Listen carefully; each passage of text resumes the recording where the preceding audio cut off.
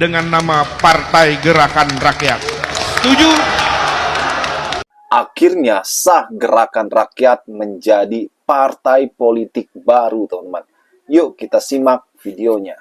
Setelah bermusyawarah dan akhirnya mencapai kata mufakat dari seluruh peserta Rapat Kerja Nasional pertama Gerakan Rakyat pada sidang pleno pertama untuk menetapkan sebagai berikut. Menetapkan ke-1, Perkumpulan Gerakan Rakyat percaya bahwa tujuan utama dibentuknya Negara Kesatuan Republik Indonesia adalah mewujudkan keadilan sosial bagi seluruh rakyat Indonesia melalui sistem demokrasi yang terbuka, partisipatif, dan berkeadaban. Keyakinan tersebut diwujudkan dalam karakter Pancadharma, yaitu religius, nasionalis kerakyatan, kersa kesatria, kasih sayang, serta integritas moral sebagai landasan perjuangan. Perkumpulan Gerakan Rakyat juga menyadari bahwa terwujudnya Indonesia yang adil, makmur, bermartabat, dan sepenuhnya milik rakyat memerlukan perjuangan yang terorganisir dan berkelanjutan di ranah politik.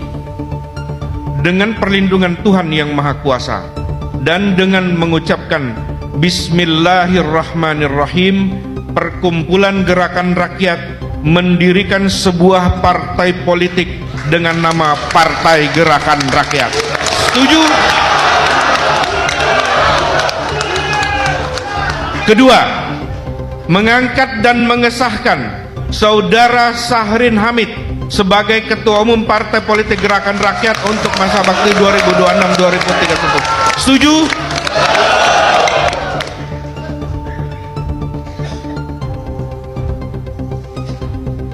Ketiga, mengamanatkan kepada Ketua Umum terpilih Partai Gerakan Rakyat, Saudara Syahrin Hamid, untuk membentuk, melengkapi, dan menyempurnakan struktur organisasi Partai Politik Gerakan Rakyat di seluruh wilayah Negara Kesatuan Republik Indonesia sesuai dengan visi, misi, prinsip, dan karakter Gerakan Rakyat. Setuju?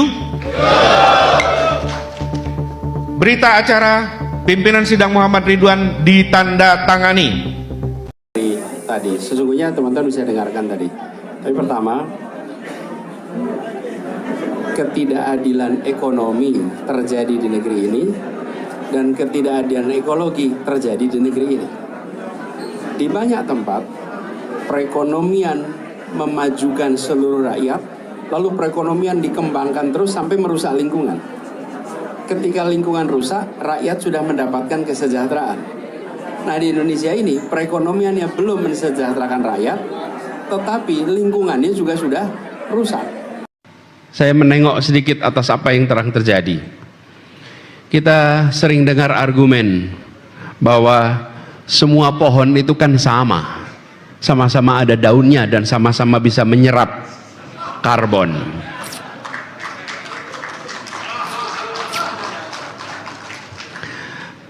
Sering dengar bukan? Ya, secara teknis memang benar. Sawit pun melakukan kegiatan fotosintesis. Tetapi apakah berarti perkebunan sawit bisa menggantikan hutan hujan tropis? Jawabannya tegas, tidak bisa. Tidak bisa. Ini soal karbon misalnya. Hutan hujan tropis itu bisa menyimpan sampai 10 kali lipat lebih banyak karbon dibandingkan kebun sawit. Kenapa 10 kali lipat? Karena pohon-pohon dari hutan itu tumbuh puluhan hingga ratusan tahun dan menyimpan karbon itu bukan saja di daunnya tapi di batangnya, kemudian sampai di akarnya. Nah, sawit beda. Setelah 25 tahun dia tebang, diganti. Sehingga siklusnya pendek, penyimpanan karbonnya terbatas. Lalu soal air dan hujan. Sistem akar pohon hutan itu dalam dan kompleks. Dia menyerap air, dia menahan tanah, dia mengatur aliran sungai. Sementara kalau akar pohon sawit dangkal dan horizontal. Jadi ketika hujan deras, air langsung mengalir di permukaannya. Itulah sebabnya ketika terjadi hujan yang luar biasa kemarin, kawasan yang ada areal sawitnya dampaknya lebih parah dibandingkan dengan kawasan hutan. Halo teman-teman, berjumpa bersama saya di Politik Dangi. Ya, ini menarik ya, karena hasil dari Rakernas ke-1 Gerakan Rakyat ya di Jakarta, dan ini dilakukan tanggal 17-18 kemarin teman-teman, ya, membuat sebuah keputusan yang sangat mengejutkan ya. Sebenarnya tidak mengejutkan juga ya, memang arahnya ke sana juga, yaitu dengan berubahnya Gerakan Rakyat dari organisasi masyarakat ya menjadi sebuah partai baru. Ya, apa yang menjadi kerinduan masyarakat akhirnya terjawab. Bagaimana Gerakan Rakyat kemudian saat ini menjadi partai politik baru, teman-teman. Bagaimana Gerakan Rakyat kemudian menjadi sebuah partai politik baru yang akan berkompetisi bersama dengan partai-partai lainnya di 2029. Ya, ini adalah sebuah sejarah baru bagi para relawan Anies, para pendukung Anies. Ya, walaupun ketua umumnya ya untuk saat ini masih Syahrin Hamid, teman-teman ya. Dan belum ke Anies Baswedan ya. Karena sepertinya ini analisis saya, karena banyak sekali administrasi yang mungkin akan diselesaikan ya. Contohnya ya, bagaimana persiapan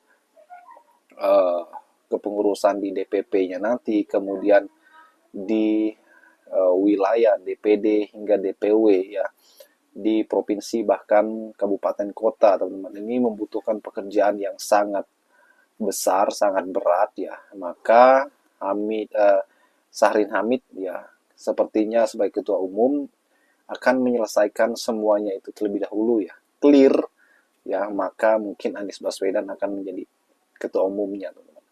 Mungkin saja Pak Anies Baswedan nanti akan menjadi pembinanya dan akan menjadi ketua umum, dan ini yang akan kita tunggu, teman-teman.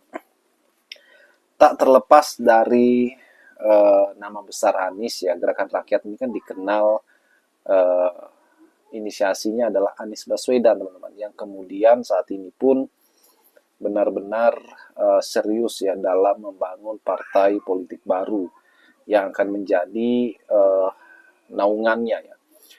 Anies itu saat ini sudah menjadi kadernya ya, kader Gerakan Rakyat, teman-teman. Dan ini sangat luar biasa ya, kabar gembira bagi para pendukung Anies Baswedan.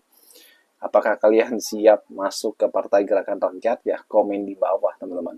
Sebab Gerakan Rakyat sah menjadi sebuah partai ya, menunggu SK dari pengajuan ke Menkumham aja lagi, teman-teman ya. Bagaimana menurut kalian?